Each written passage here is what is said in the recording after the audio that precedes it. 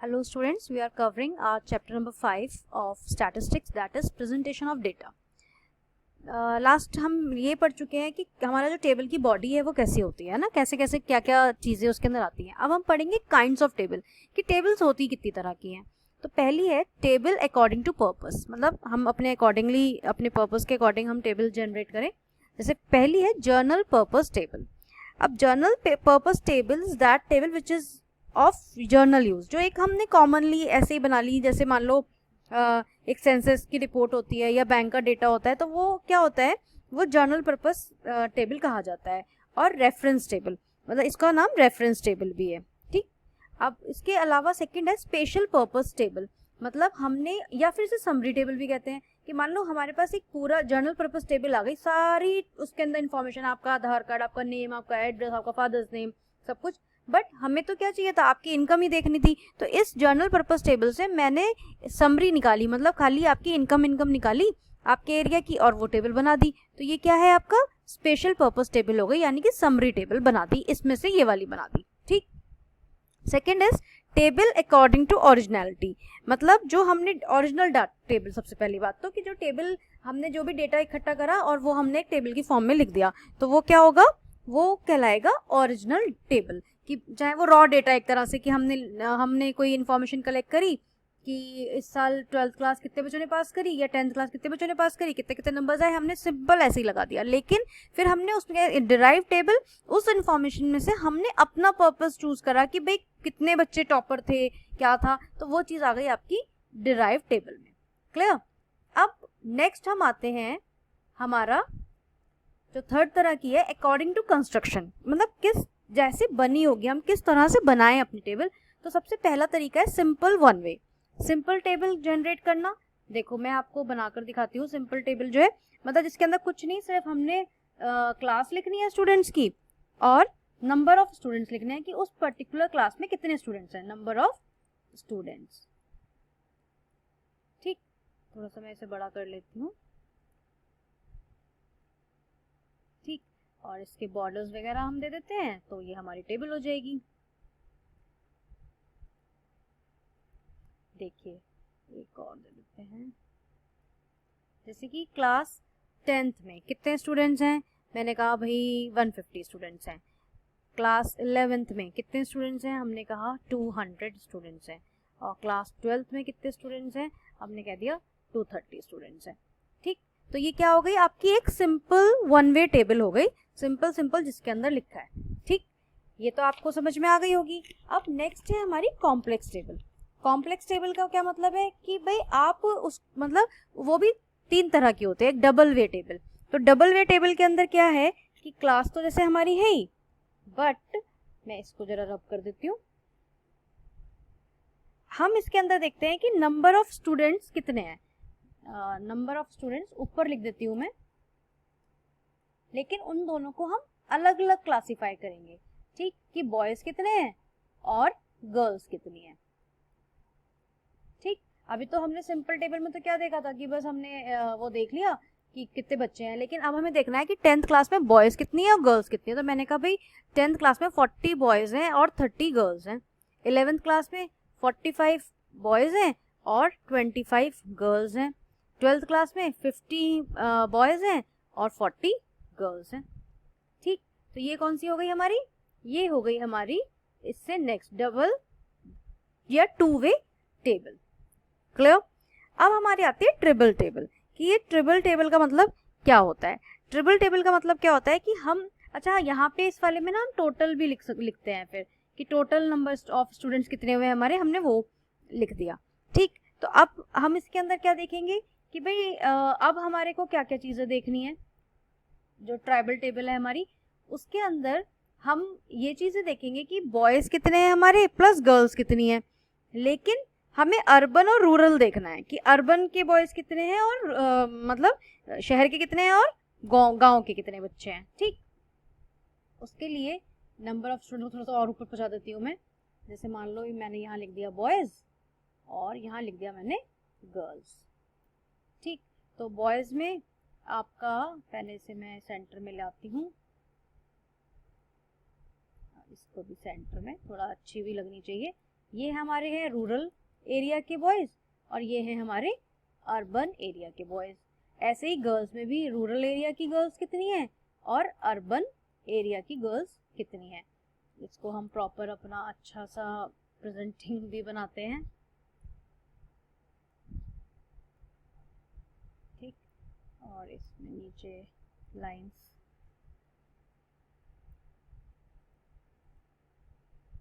ये देखिए ये डेटा मैं मिटा देती हूँ। हाँ, तो अब इस टेबल में क्या है कि क्लास 10th में बॉयज़ में लेकिन रूरल एरिया के बॉयज़ कितने हैं वो बताइए। तो हमने कहा भाई 20 हैं। अर्बन एरिया के कितने हैं? 10 है। गर्ल्स रूरल एरिया की कितनी हैं? 30 हैं। अर्बन एरिया की कितनी है? 4 हैं, ठीक है। 11th क्लास में ऐसे ही आप ये जो डेटा है आप इसको फिल कर सकते हैं, ठीक। इसके अंदर कोई आपको इशू नहीं होना चाहिए, बहुत सिंपल टेबल है ये आपकी। कैसे बनानी है ये तो आप अपने आप से ही देखकर बना सकते हैं, ठीक। तो ये क्या हो गया आपका, ये हो गई हमारी ट्रिपल टेबल, ठीक ठीक। ट्रिपल टेबल क्लियर हो गई। हाँ, इसमें बट टोटल करना आप ना भूलें, रूरल का अलग और अर्बन का अलग, ठीक है। और फिर यहाँ पे टोटल भी लिख दें। होपफुली आप इसको कंप्लीट कर ही लोगे अपने आप। अब आती है बात थर्ड टाइप की टेबल जो है मैनीफोल्ड टेबल। अब ये मैनीफोल्ड टेबल क्या है, ये हम मैनीफोल्ड टर्म आपको मैंने बताया था, याद करो। वो क्या होता है कि चीज़ों में से चीज़ें निकलती हैं, कि इसके अंदर ऐसे 2 चीज़ें फिर उसमें के अंदर और हमने 3 चीज़ें देखी तो उसे कहते हैं मैनीफोल्ड, जिसमें कई सारे फोल्ड हों। तो अगर हम इसी टेबल का एग्जाम्पल लें और इसमें मैनीफोल्ड करें तो हम एक चीज़ इसके अंदर देख सकते हैं।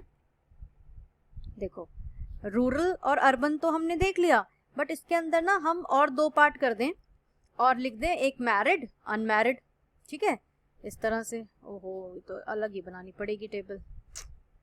चलो, जैसे ये बॉयज़ और गर्ल्स का है, इसके अंदर हम कर दें रूरल के बॉयज़ और अर्बन के बॉयज़, ठीक है। फिर अगेन रूरल और अर्बन, ठीक। और इसके अंदर हम लिख दें मैरिड अनमैरिड, ठीक। इसमें भी मैरिड अनमैरिड, इसमें भी मैरिड अनमैरिड,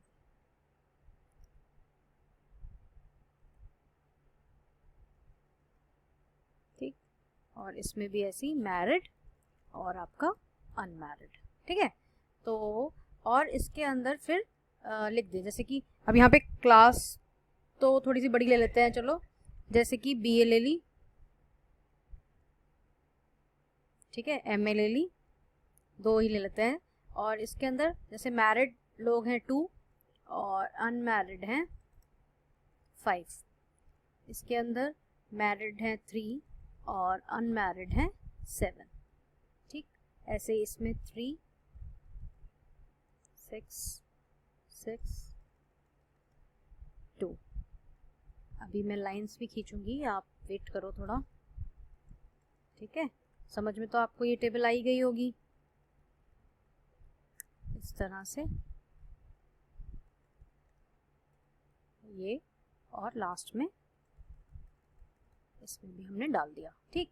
हाँ, इनको हम सेपरेट ज़रूर करेंगे क्योंकि लाइंस भी इसके अंदर हमें ड्रॉ करनी होंगी, जैसे बीच में ना इनके इस तरह से, जैसे टेबल तो लाइन होती ही है। इसको हम ब्लैक भी कर देते हैं शेप में।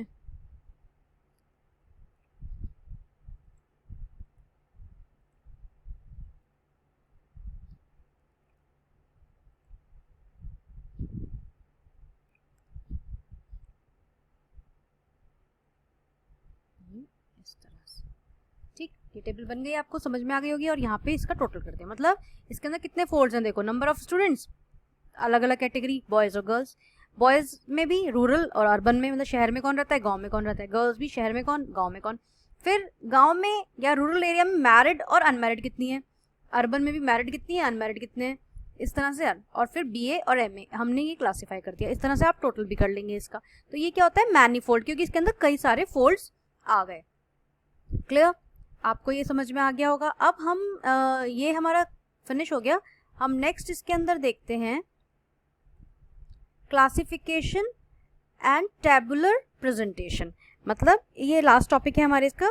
तो सबसे पहले है क्वालिटेटिव। क्वालिटेटिव मतलब क्वालिटी के बेस पर हम इसमें देखते हैं कि भाई कि मेल मतलब कितने मेल हैं या फीमेल्स कितनी है और उनका मतलब हाइट कितनी है। इस तरह से हम देख सकते हैं कि हमारे जो स्टूडेंट्स हैं, जो मेल स्टूडेंट हैं, मतलब बॉयज, मेल क्या लिखूं मैं, बॉयज लिख दूं, बॉयज और गर्ल्स, ठीक।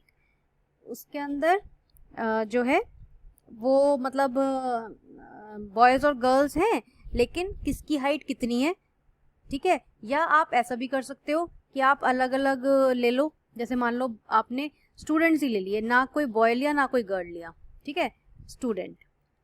अब स्टूडेंट में भी मैंने क्या डाला कि भाई कितने आपके स्टूडेंट हैं, आप अपने स्टूडेंट्स का नेम लिख दो और फिर उनको क्वालिटी के हिसाब से उनका क्लासिफिकेशन करो अलग अलग। तो ये क्या होता है हमारा क्वालिटेटिव क्लासिफिकेशन, मतलब क्वांटिटी के हिसाब से नहीं, क्वालिटी के हिसाब से कि रूरल से कितने आते हैं और अर्बन से कितने आते हैं। मतलब फीमेल जो है वो, मतलब फीमेल नहीं, यहाँ ये हाँ फीमेल कर लो या बॉय गर्ल कर लो, अगेन चलो ये थोड़ी सी इसके अंदर हम डिसाइड नहीं कर पाए कि भाई रूरल से कितने बॉयज आते हैं इतने, यहाँ से कितने आते हैं। तो ये सिर्फ क्वालिटी के बेस पर हुआ इनके, है ना। तो ये क्या है आपकी क्वालिटेटिव। अब क्वांटिटेटिव क्या होता है?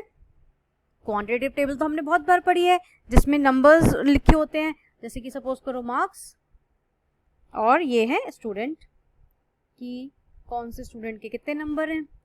तो हम यहाँ पे अपना कैटेगरी बना सकते हैं कि इससे इतना और 10, 20 और 20 से 30। कितने स्टूडेंट्स हैं भाई कि 0 से 10 नंबर वाले 5 स्टूडेंट्स हैं, 10 से 20 वाले इतने हैं और इसमें इतने हैं। तो ये क्या हो गई हमारी क्वांटिटी हो गई कि हमने क्वांटिटी के बेस पर टेबल डिराइव करी। क्लियर। अब आता है हमारा टेम्परामेंटल। टेम्परामेंटल मतलब कि इसमें जो हम क्लासिफिकेशन करेंगे वो टाइम के हिसाब से करेंगे, ठीक। टाइम के हिसाब से मतलब कि एक दिल्ली सिटी में हम ये ले लेते हैं कि दिल्ली के अंदर कितना प्रोडक्शन हुआ हमारे गेहूं का, उसके लिए हम टेबल बना देते हैं सबसे पहले। अब सपोज करो यहाँ तो मैंने लिख दिया ईयर और यहाँ लिख दिया हमने कितनी, मतलब वीट कितना का हुआ, ठीक है। और ये तो आपको पता ही है ना कि सेल देख रहे हैं हम, दिल्ली का देख रहे हैं इसके अंदर डाटा, ठीक। तो हम ईयर देखते हैं, जैसे कि मान लो 2001 में, 2002 में और 2003 में कितने कितने वीट इन टन्स बने नहीं, उगे हैं, वो आपका इसके अंदर आ गया। ये क्या है आपका, ये आपका टेम्परल डेटा है। अब अगला है हमारा स्पेशियल। स्पेशियल मतलब क्या होता है? ज्योग्राफिकल। ज्योग्राफिकल का मतलब कि जो ये हमने लिया यहाँ पे, हम इसको एक पर्टिकुलर ईयर के हिसाब से ना लेकर हम कंट्री वाइज लेने लग जाएं, कि कंट्री या स्टेट वाइज ले लें, चलो कि इस कितनी स्टेट में कितना वीट हुआ। जैसे पंजाब में इतना हो गया, यूपी में इतना हो गया और एमपी में इतना प्रोडक्शन हो गया। तो ये किसके बिहाफ पे? स्पेशियल क्लासिफिकेशन, ठीक। तो इसी के साथ में हमारी ये वाला चैप्टर जो था वो फिनिश हो गया है। होपफुली आपका सक्सेसफुली ये चैप्टर खत्म हो गया। ये हमारे 5 चैप्टर्स जो मतलब कवर हो चुके हैं इसके अंदर स्टैट्स में। तो इस वीडियो को हम यहीं एंड करते हैं। Thank you so much.